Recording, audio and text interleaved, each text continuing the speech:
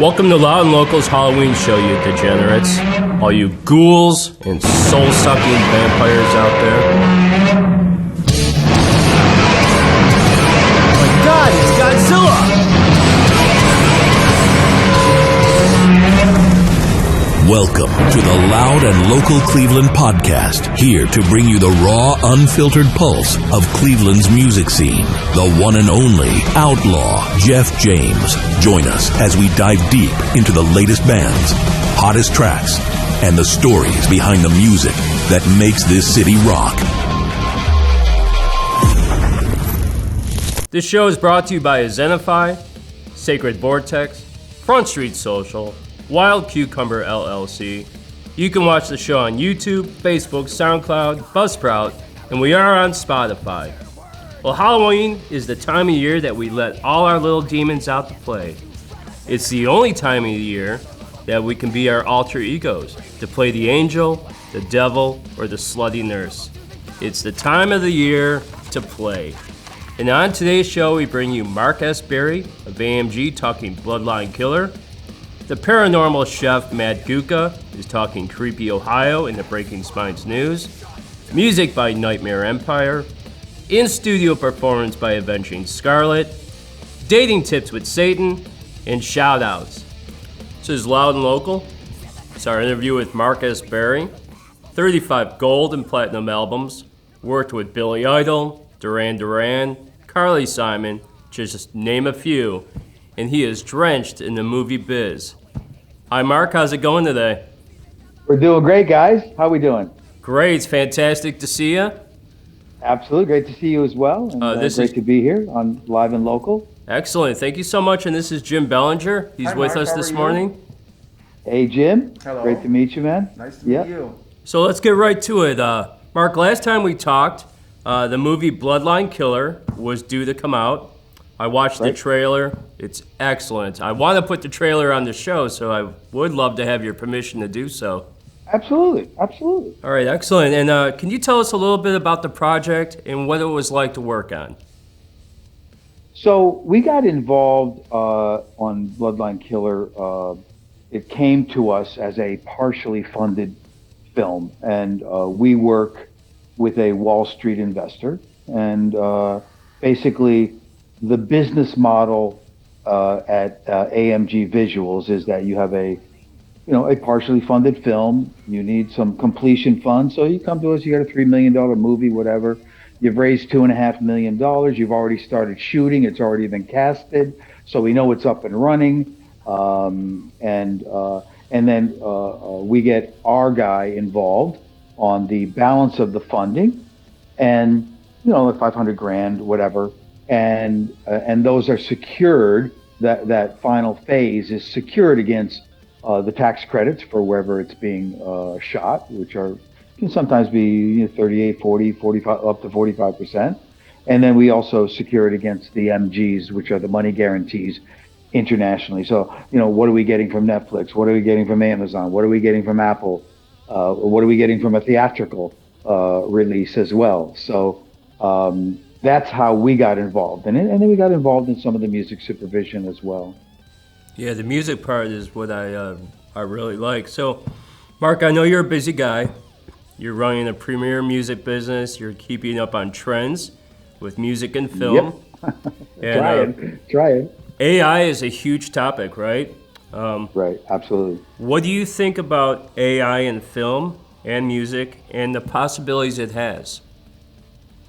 Okay, so I'm on the fence about this AI thing, because obviously AI needs some sort of source to do what it does. All right. So if you're gonna, spit out 30 songs that you're gonna put up on Spotify as AI, then you need to analyze and review, maybe 500 songs from someone's catalog, and put that into it, and then it spits out. So it's an ethical question, and it's a royalty question. Like, if you're basing these new songs on 50,000 songs that are up on Spotify that you've streamed through just to get the data, and then it turns around and spits out another song, well, then that's what we would call in the business a derivative work, right? So it's been derived from stuff that's already up there. That's the only way AI works, right? It's based on what's already out there on the internet. So if you say scan 1,000 songs because I want to write a song like, the Titanic theme for Celine Dion, for example, and it'll spit out a similar song. So we have big issues with that, and the same goes with in filmmaking as well. You're creating scenes based on the data that you're putting into the system. So who gets paid? Do I share in that revenue? If I produce that record, or I wrote that record, or I wrote that script that it's all based on, then I'm going to be honest with you, my hand's out for a payment. So how do we share this? How do we split this up? Because it's got to be dealt with now, because 5 years from now, the entire ecosystem of the creative market is going to be built on other people's work that was done 5, 10, 15, 20, 50 years ago, right? Yeah, you're right. The royalty thing is a big thing, and copyright as well. Because I was thinking about this, like Randy Travis, for instance. He did that. Mm-hmm. He did his whole album AI because he had lost his voice, and I see there's good things to it, like that situation, and there's also that it can be corrupted. We could talk about how the government's probably has already corrupted AI, but there's also really fantastic possibilities with it, just from a filmmaker standpoint, how you could add things to the scenes and put something there, CGI, that's how it all started. But I agree with you about the music thing with the copyrights. There's so much gray area that it hasn't really been figured out yet. And I'll say one other thing. I was on my phone playing around the other day. You could just download an AI app, put in like what you want the song to be. I created a song within 5 seconds about Loud and Local, right? Right. And we use it for press releases here at the office. Yeah. Well, yeah, we do. We use them for press releases too.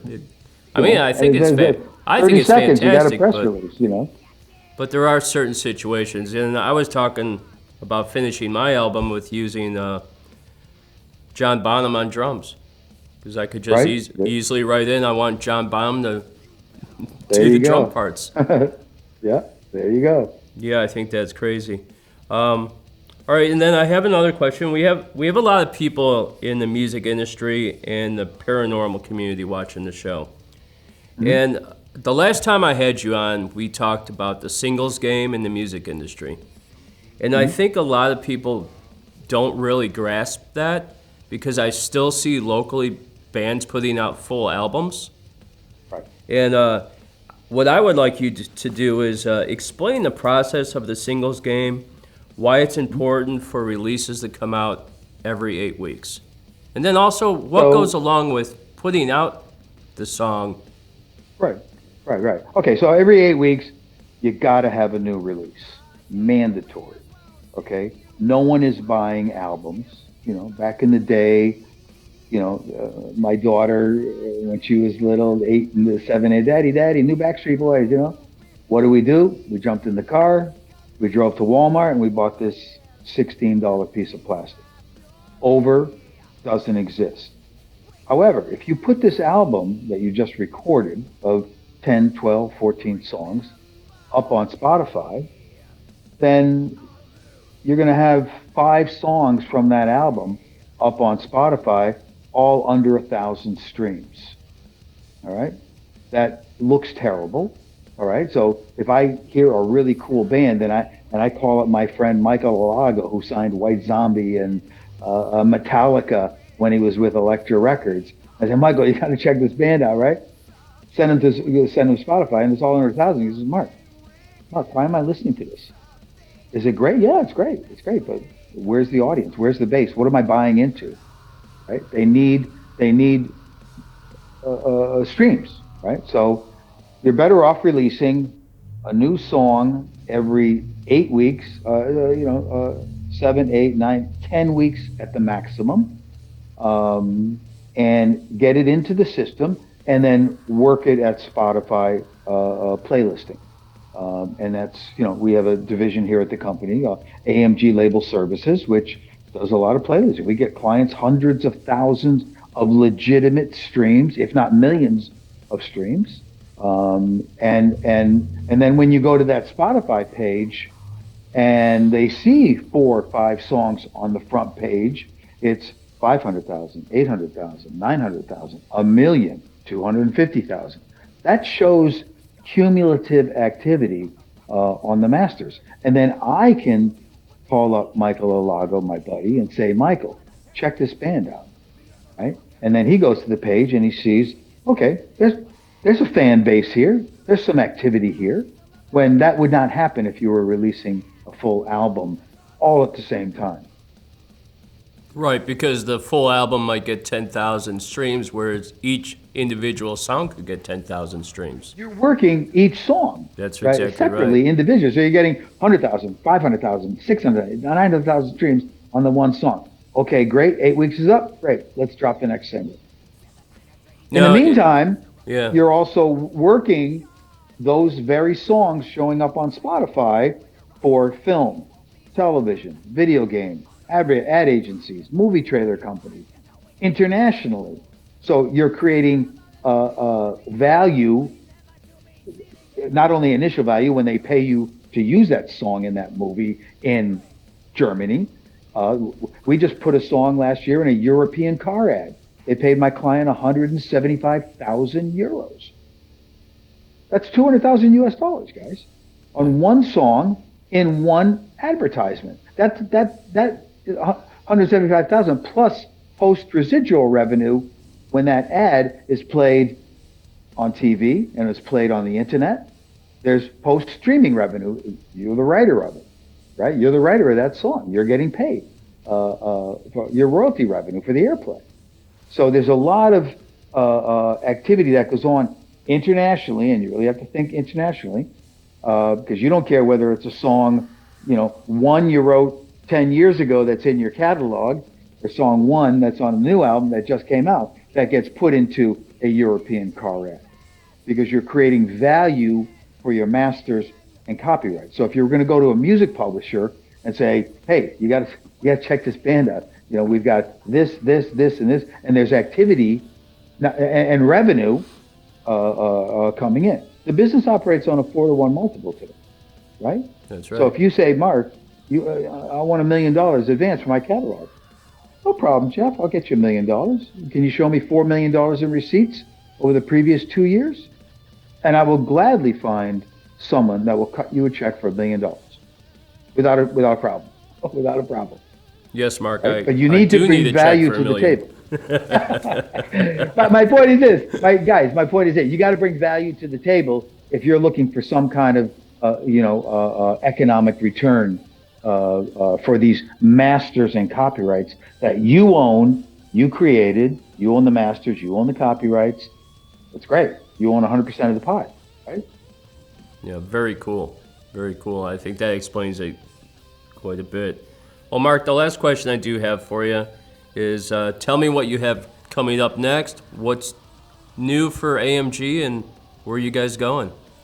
Okay, great. So as you know, we're heavily involved in the film area. So we've got probably about close to 8 to 10 projects in development at any given time, either looking for financing or they've already shot it.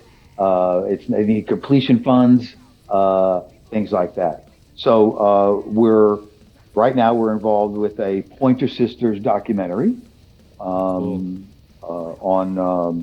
Ruth Pointer, the only surviving member. And as you know, my very first credit in the business was with Carly Simon.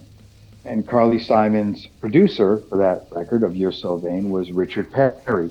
And Richard Perry produced all of the Pointer Sister records and was signed to his record label, Planet Records, back in the day.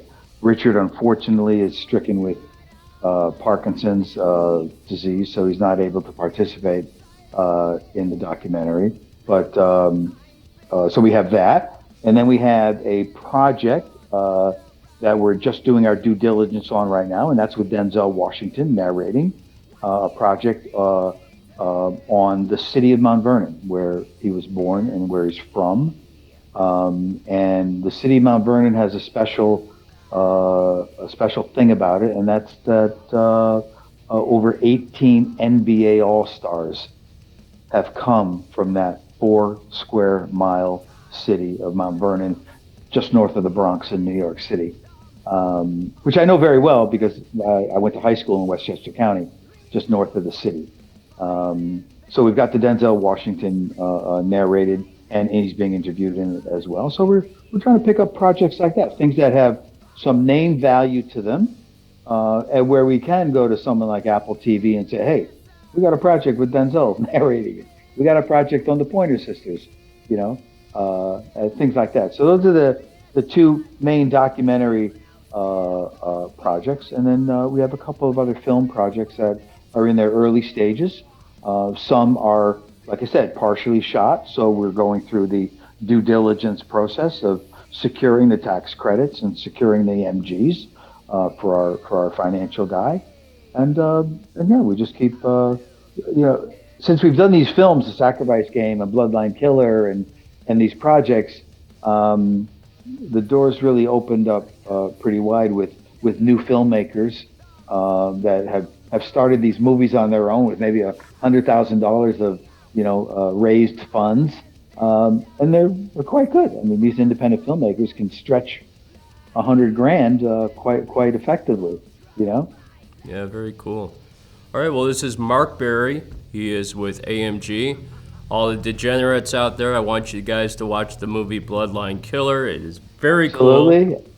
Yeah. And I want to wish you a happy Halloween, Mark, and thank you so much for joining us. Thank you very much. Same to you. My pleasure. Great to see you again. Great to see you, too. Take it easy, Mark. Great. Take care, Jim. Nice meeting you. You too. Yeah. Don't talk so much next time, okay? I can't get a word in. All right. I was told to keep quiet. Yeah, I told him. Yeah, shut up. I have so much to say, too. Next time, maybe. Good. We'll talk again. Thank you so much. Take it easy, Mark. Great to see you, Jeff. Bye-bye. And it's time to summons the devil. Well, looks like Jeff's been busy making friends. Satan has the clipboard. Making friends, influencing people. More like under the influence and burning bridges and blocking friends. Well, Jeff, I think it's time you come to the dark side. The water's warm. Well, alright, it's me time now. Satan. Dating tips with Satan. It's your very handsome Lucifer. And I have dating tips for you. But before that, since Satan is back, I'd like to talk about some current events. Weigh in a little bit. So, I'm happy to say there are no moderators here to stop the microphones or fact check Satan. I'm talking about things that are going on, current events in the world. The election has been a very big topic, hasn't it been, Michael?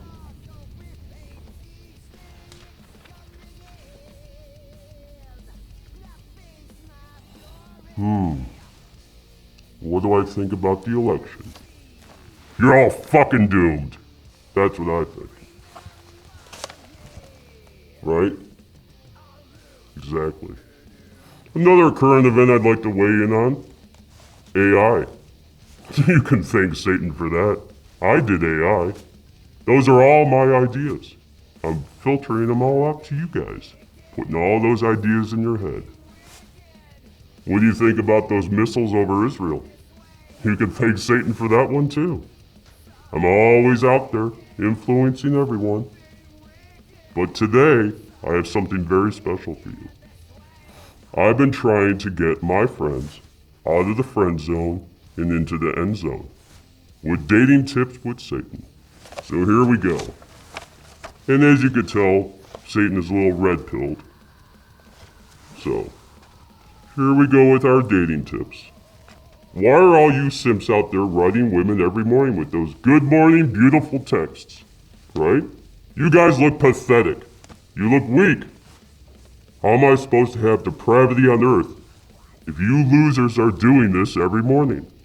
Multiple women. Good morning, beautiful. You're never getting out of the friend zone. It's never going to happen. Satan is trying to help you, trying to get you in the bedroom. This fucking clipboard. Oh, Lord. I can't get the papers to work. So, like I said, let's get you out of the friend zone and into the end zone. Dating tip number 2. Stop taking these 304s to expensive dinners. They deserve Arby's with that run-through roast beef meat curtains. If she puts out, give her Starbucks.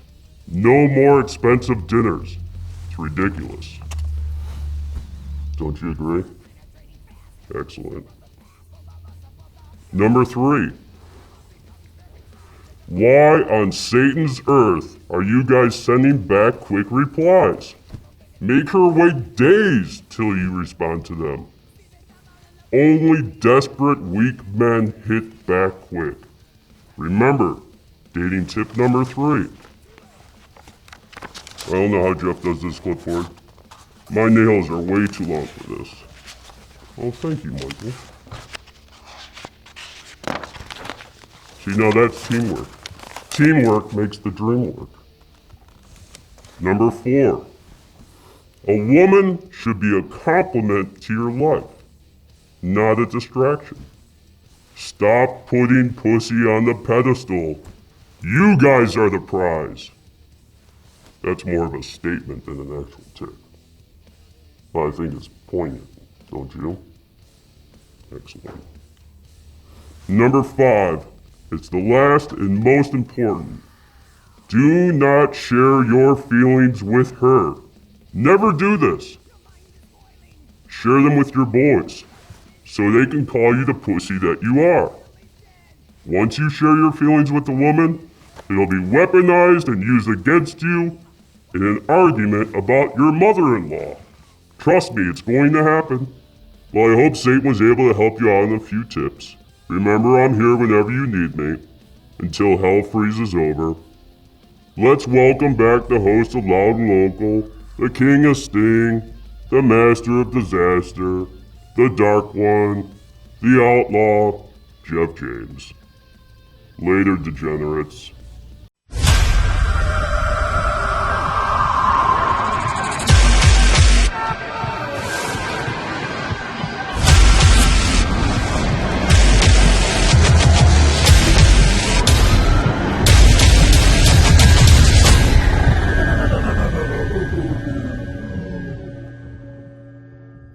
Today on the Breaking Spines News, I am with Jim Bellinger. Hello. I'm Jeff James, and leading our show today is the paranormal chef, Matt Gucca. Hi, everyone. Take it over, Matt. Let's hear all about Creepy Ohio. Creepy Ohio, for sure. Most of this lore has been with me since the beginning of time, and from high school on up. There's a thing in Kirtland called the Melonheads. Dr. Crow took over a orphanage in Kirtland and did experiments on the special needs kids.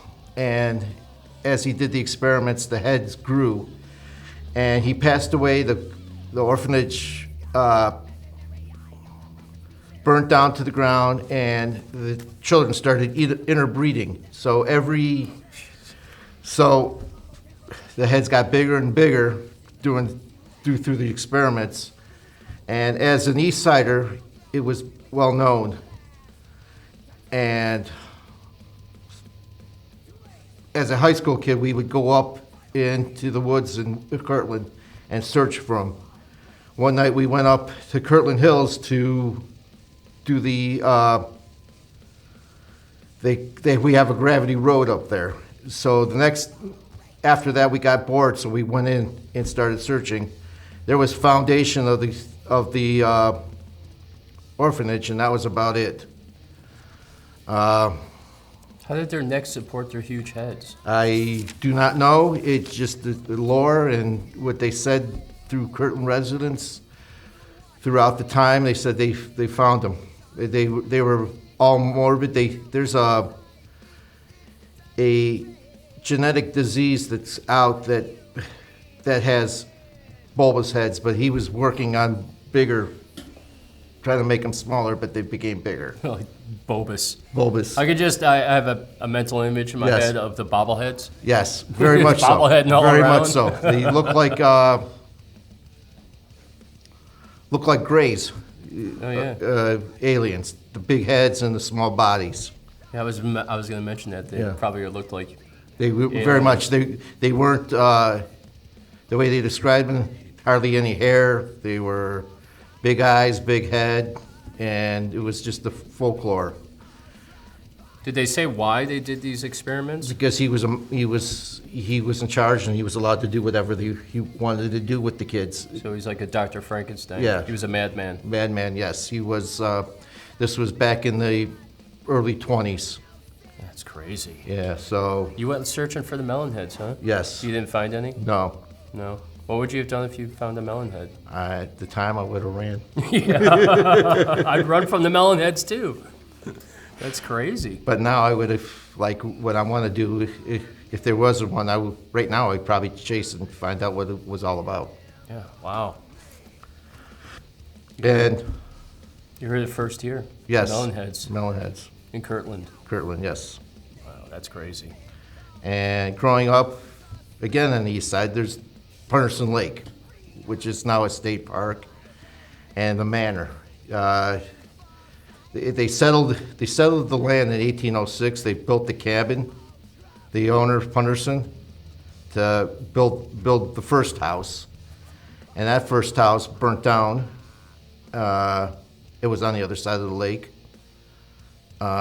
When the owner found out that he had malaria, was it malaria? Yeah, malaria.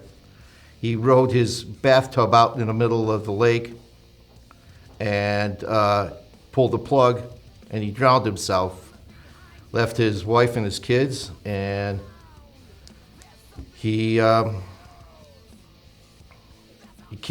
every so often he would come back and check on them, and to this day he's still haunting the grounds. There was a incident building the manor of one of the workers hanging himself from the rafters up in the attic, and one night the security guy was up in the attic, and he saw the body actually hanging from the rafters. He stood there for about a half hour, and then it dissipated. There is a woman's disembodied voice that you would hear time to time on the spiral staircase going up to the second level, and screams. And one of the workers was there climbing the spiral staircase, and she heard the voice, and she said she was like in another world, because that's all she heard was the voice, and there was nothing else surrounding her. Oh, that's craziness. Yeah, and there's they said they're hearing children's voices where the break room is, with no kids there. They're assuming it's the owner's kids. There was a report of a woman being held down in her bed by spirits while her husband was gone. Her husband came back. She was still on the bed being held down. And as the husband approached, she screamed, and the spirits let go of her. There's also a maid that committed suicide after the affair with one of the sons of the owners of the manor.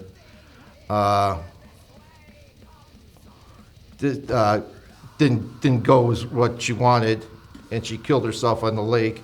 And every so often you will see a glow coming out of the lake, and they say that's her. And back in I think it was the 20s, there was a mob that was chasing a little black girl through Newberry, and she ended up in the lake drowning. And every so often you'll see her coming out with lake residue, seaweed, dirt. She would come up on land, check around, and go back in the lake. I heard a lot of stories about Punderson. A couple things I know about Punderson is that, first of all, water has some type of spiritual connection. That's one thing I've been learning about quite a bit. Gregory Nichols, who's going to be on our God Particle show later this year, next year actually, he does seances there. Oh, cool. And, he's a celebrity psychic and author, and he does seances there. The stories you said about the lake, I've heard those same stories. When you hear voices from ghosts, they call those disembodied voices. Yes. And they say that you can hear disembodied voices throughout the whole manor. And people stay there. Yeah. There's a friend of mine, he and his, what used to be his girlfriend, stayed there one night, and her bag was moved from one side of the room to the other, picked through, and there was nobody but them and one other person on the property at the time. Yeah. So I've heard a lot of stories about Punderson, and that's a big place for people to go during the summertime. There's fishing on the lake. I don't know if I ever want to go on that lake again. No, it was it was very popular when I was a kid. My grandparents had a cottage in an adjacent across the street, which was a private community called Little Punderson, and we heard all the stories from the kids in that area when we were growing up, and it was something to do. We tried walking across the road, but it was a 35-mile-per-hour road that everybody decided to go 65, so we never crossed it. So yeah, Cleveland, there's a lot of places that are still open that you can go and check out Creepy Ohio. Yes, there's the Gray's Armory. There's one of the quartermasters haunts the place. Several of the soldiers from the Civil War and War of 1812 that haunt the place. Willoughby coal mine. Several stories. Coal miners' death in the coal mine. They visit the coal mine. One of the former managers who died in the coal store, whatever you want to call it, the office there haunts the office. There's a train track that says one of the conductors walks across, and you'll see a light with him. That's the phantom train conductor, and sometimes they even hear the train. I heard that story. That's really cool. He either committed suicide or he was killed or something like that. Right. And they have seen him. That's cool too. And of course, Franklin Castle, all the stuff that goes on in there. They found a dead person, a skeleton in the wall of a female of one of the former owners. She haunts the place. The kitchen is haunted, they say. That used to be a residence. Yes. And then they turned it into like where you could go and stay there. Yeah. And because there were so many hauntings and so many freaky, crazy things, they stopped doing it. You can't go no more. But you could see what's that on Euclid or? It's off of Detroit. It's on Franklin, off of Detroit, and it's West Side. It's an amazing building. They've had everybody from the Ghost Brothers to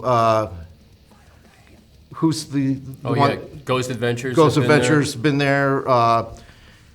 Everybody's been there. I hear Chip Coffey's been there. What I understand, And it's a fabulous place, even if you don't want to get scared. But it's haunted all through the building. They say they hear disembodied voices again of children. They say there's a woman that haunts the top level of the place. Like the woman in the wall, right? Yeah. One thing I heard about Franklin Castle is that there's trapdoors, there's secret rooms, and secret passageways behind the walls, which is really bizarre. Yeah, that's the guy who built the place was in a high society, secret society type thing, like the Skull and Crossbones, but they're the skull, like the skulls, but it was a different name. And he built it because of his conspiracy theory stuff, because of the secret society. Oh, that's cool. Yeah. And of course, Squires Castle, it's haunted by the owner who died on the property after finding out that the wife died in England while he was building Squires Castle. Squires Castle was really not supposed to be the residency. It was supposed to be the gate room to the big house, because this guy was a millionaire from England. And basically he haunts the castle out there, and they say there's other things that are in the castle. They've seen shadows, they've seen something that was furry in there. They don't know if it's a cryptid or if it's a demon. I hate using the word demon, but close enough. You know, something I'll say about Squires Castle. You can go there. You could have picnics on the grounds. You can also tour the house, and it looks like a castle that you would see in England. Yep. Because the way it's built and how they have the inner area. Big Chuck and Little John used it for several of their skits too, if you know who Big Chuck and Little John are. And of course, Helltown, everybody's favorite little city in Bath, Ohio. It was taken over by the Ford administration for some odd reason. They won't tell really why they took it over, but parts of it are gated off. You can't get in parts of the place. You can walk downtown, but they close it up just before dark. It could be 5 o'clock at night in December, or it could be 9 o'clock at night in July. Once it turns dark, if you get caught, you're in trouble. They say they have vortexes and portholes to different dimensions, to hell. A lot of the residents still haunt the place. They say the little shop that's in there is frequented by all the residents. It's something to. Jeff and I we're still trying to figure out what a good day to go check it out. So we've been wanting to go and do a little expedition. We were going to take Ben from the Band Oblivia, because he does paranormal research too. Oh yeah, so I'll say this about Helltown. Underneath the ground in Helltown are fires that burn. You could see the smoke coming out of the ground. The United States government, I believe it was the Army Corps of Engineers, moved into Helltown and did some experiments. Nobody really knows but the Army occupied Helltown for a while. And then the other thing that I know about Helltown is that all the buildings still stand there. They basically evacuated everybody that lived there, and all the buildings still stand. The church still stands there. And the weird thing about the church, I heard that they do satanic rituals there, because every once in a while you can see all the lights in the church are on in the middle of the night, and when they go to investigate, there's nobody there. It's bizarre. It's but very we bizarre. want to go to Helltown. It's just on the other side of Cleveland. It's like 20 minutes away from where I live, and it's crazy. It's not part of the Cuyahoga County Valley National Park, but the only place you can go into is the center of town. If you go any place even 2 feet off center, you're committing a felony. So yeah, I heard there's a lot of rumors that there's satanic rituals going on there. There's seances and all kinds Yes. of craziness, like that church thing I just told you about. And there's a lot of weird stuff. Like I said, people are saying that there's vortexes. They feel strange when they walk into the city. They've seen stuff disappear that was there once and it's gone. And so it's one of those crazy places. So kind of like an evil Sedona. Yeah, it's really cool. Yes, and there's other places in the city that are haunted, like Public Square is haunted. They're saying Playhouse Square is haunted by a bunch of players.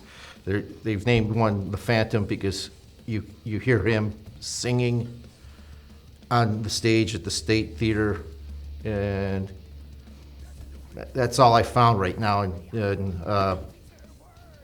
I also heard the Soldiers Monument downtown, because they'll open that up and you can go inside. You could actually go inside there for like a little tour. Yes. Yeah, and I heard that was also had creepy vibes. Creepy vibes, yeah.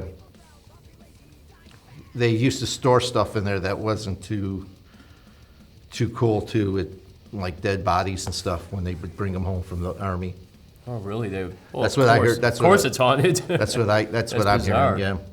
Yeah. Jeez. Yeah, that's actually pretty big inside there. You wouldn't know it. No, I wouldn't mind going in there one day just to check it out. Yeah, it's definitely a loud and local visit. Yes. That's about it that I found in Cleveland, but keep your eyes peeled. There's tons of more stuff in Cleveland you could find. Any old creepy house. I used to laugh at my mom all the time when she would say there was a guy in the basement, or she would have conversations with a dead aunt or my grandfather when he passed away. But then I was telling Jeff the story when I was cleaning out my aunt's house. It was crazy. The back room was always dark, even though if you put the lights on or lifted the blinds, you would see shadow figures. Lights would flicker on and off. When I go down the basement, I would smell dead bodies. You couldn't find it. You couldn't find a dead body. There was some weird stuff. So I highly believe in this stuff now. So it's crazy. Well, me and Matt are on the same page as far as conspiracies and cryptids and creepy Ohio. I'll say this before we end the Breaking Spines news. If you go into the foothills of Ohio, there's stories about cryptids. Yep. There's stories about portals. There's all kinds of crazy stuff that goes on in Ohio. Yep. Now that we have the paranormal part of Loud and Local, you're going to start hearing more and more about that. We're going to be bringing Matt back on to be talking a little bit more about creepy Ohio as we move on down the road. Right. And believe it or not, keep your eyes over the lake too. There's some stuff on the lake that you won't believe. Ships that that would come and go. UFOs. I hate using the UAP thing. That's the PC thing now to say is UAP, but it's UFOs. I'll tell you a whole different story about all that stuff later. All right, excellent, Matt. Very good job. This Thank was you, guys. Breaking Spines News. Very interesting. Cleveland, you take care, you filthy animals. All right, guys, it's time for shout-outs. Some rep in the city. I am joined by Jim Bellinger, dressed as Mike Myers today. Hello. Let's see that beautiful face you got under there. Show the world Jim Bellinger. There we go. Go. Amen. Yeah. Also joined by the paranormal chef, Matt Gutka, a buddy of mine. Everybody. So today's shout-outs, some rep in the city, like I said, goes out to Alan Fair from World's End. Remember meeting him at the Cleveland Music Awards? Scotty, yes. Yeah? They deserve to win, I think. I think they did deserve to win. Nothing against Four Locals, but, I am partial to World's End. I think they are the best cover band in all of Cleveland. That 3-neck guitar is just awesome how he uses that. That's very sweet. 50 pounds or something. Yeah, probably so. That'd kill your back, man. Can you imagine playing for 2 hours with that thing? That's nuts. Also, A shout out to Dwayne Albert of Devil's Rodeo. Very cool band name. Yes, I was surprised at how good they were. Yeah, they were amazing. Yes. Have you heard of rockabilly? Like country, rockabilly, old rock and roll. So what, Devil? Devil's Rodeo. Dwayne Albert and the Devil's Rodeo. Check them out. Yeah, they're very cool. They played Dunlops, and that guy is very animated. He was all over the floor doing like the duck walk. He stood on a chair and was doing the guitar solo. I thought he was very entertaining. Is he on YouTube or? Yeah, he's on Facebook, YouTube. They've got music out. Somewhere down the line, we're going to play one of their tunes called Tombstone. That's in a show down the line for us. But yeah, that guy is very cool. I liked him. And besides that, he's super nice. Nice bandmates, too. He has. Yeah, really good bandmates. Bass player was fantastic. The drummer was great. They put on a great show. Can't say enough about him. Dwayne Albert of the Devil's Rodeo. Another shout out to Trashman Dean, who you know. Oh, yes. Plays. Yeah, he uses amp. He plays in Ebenezer the Crow. He goes up to Whiskeyville. They do jam nights all the time. His son plays the bongos, the congas. Yes. Percussion, right? Pretty good, too. Yep, very cool. You also know Matt J. Chase. Yes.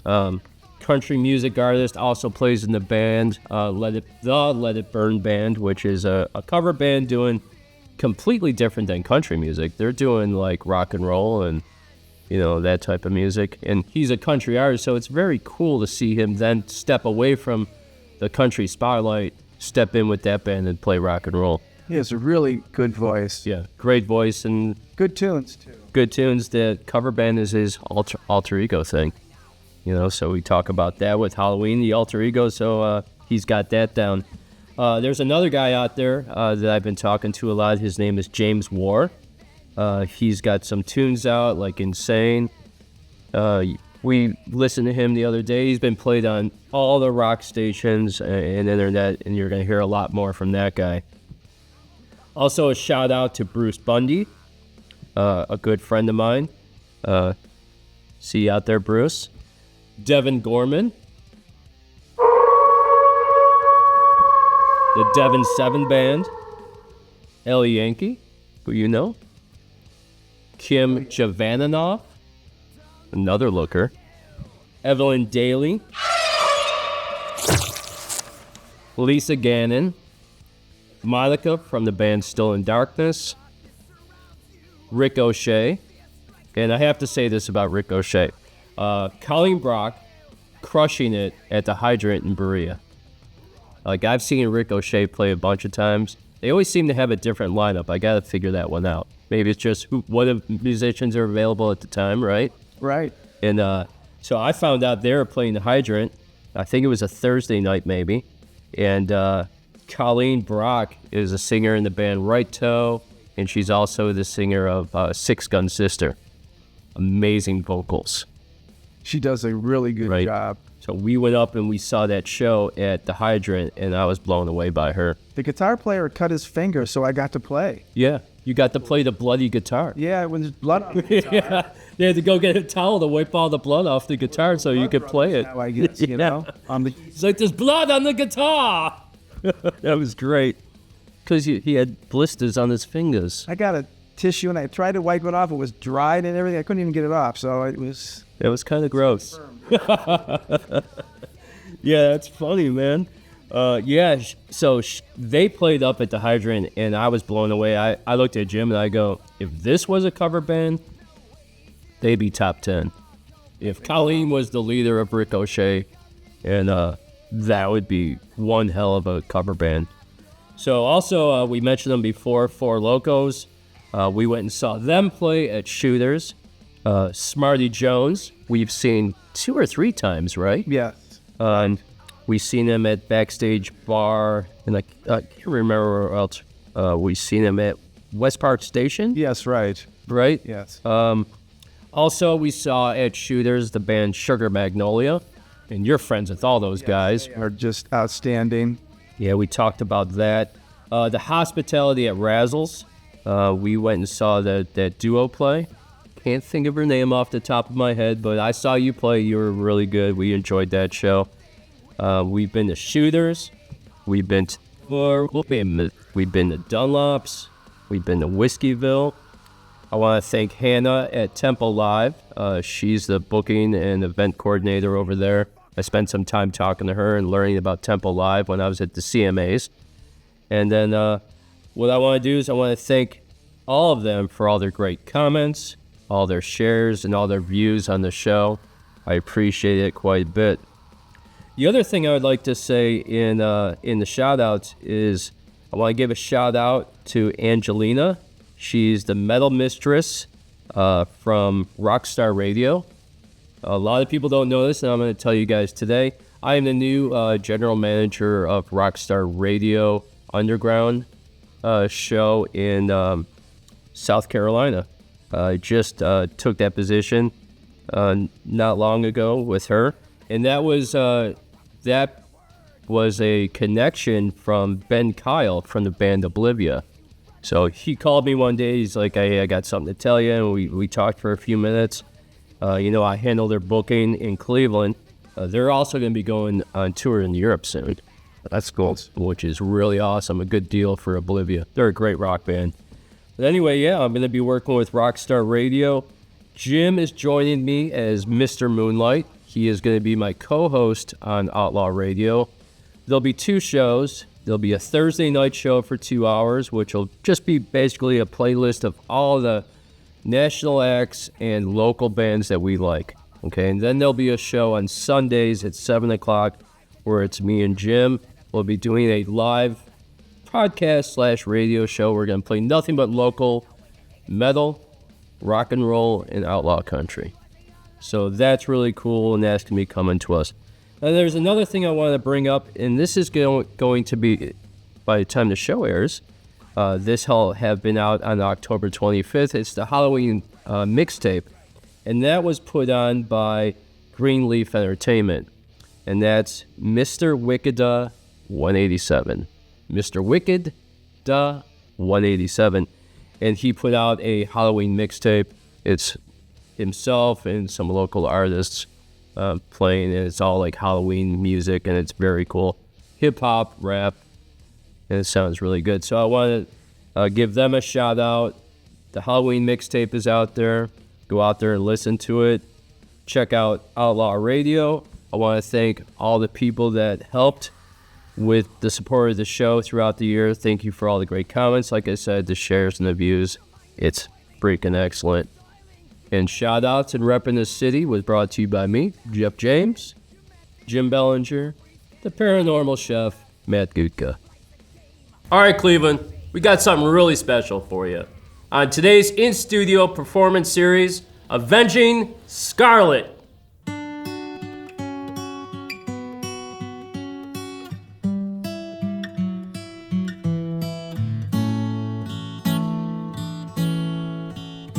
I've had a very fine time on this merry-go-round, but I'm jumping off the next time around.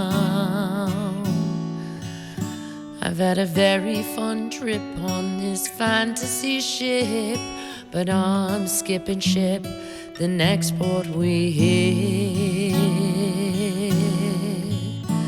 I'm leaving 3 hours before dawn. There won't be any shadows to prove I've gone.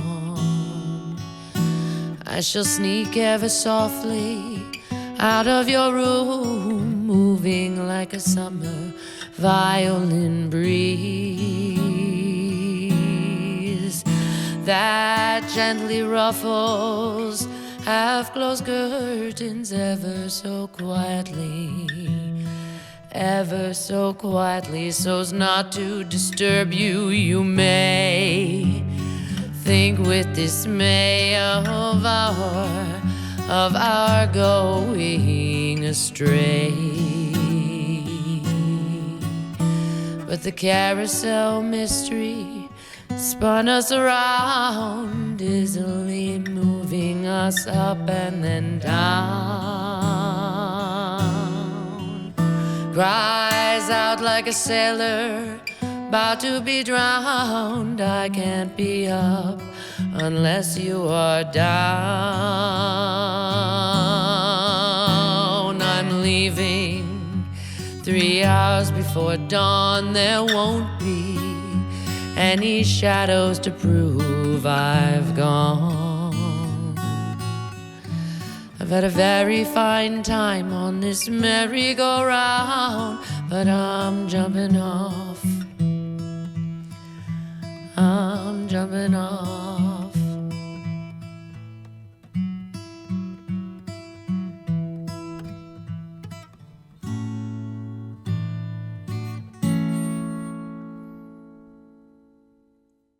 And this was Loud Local, you filthy animals. Nice to see ya. Nice to see ya. And I'll be seeing you real soon in hell. Later, degenerates.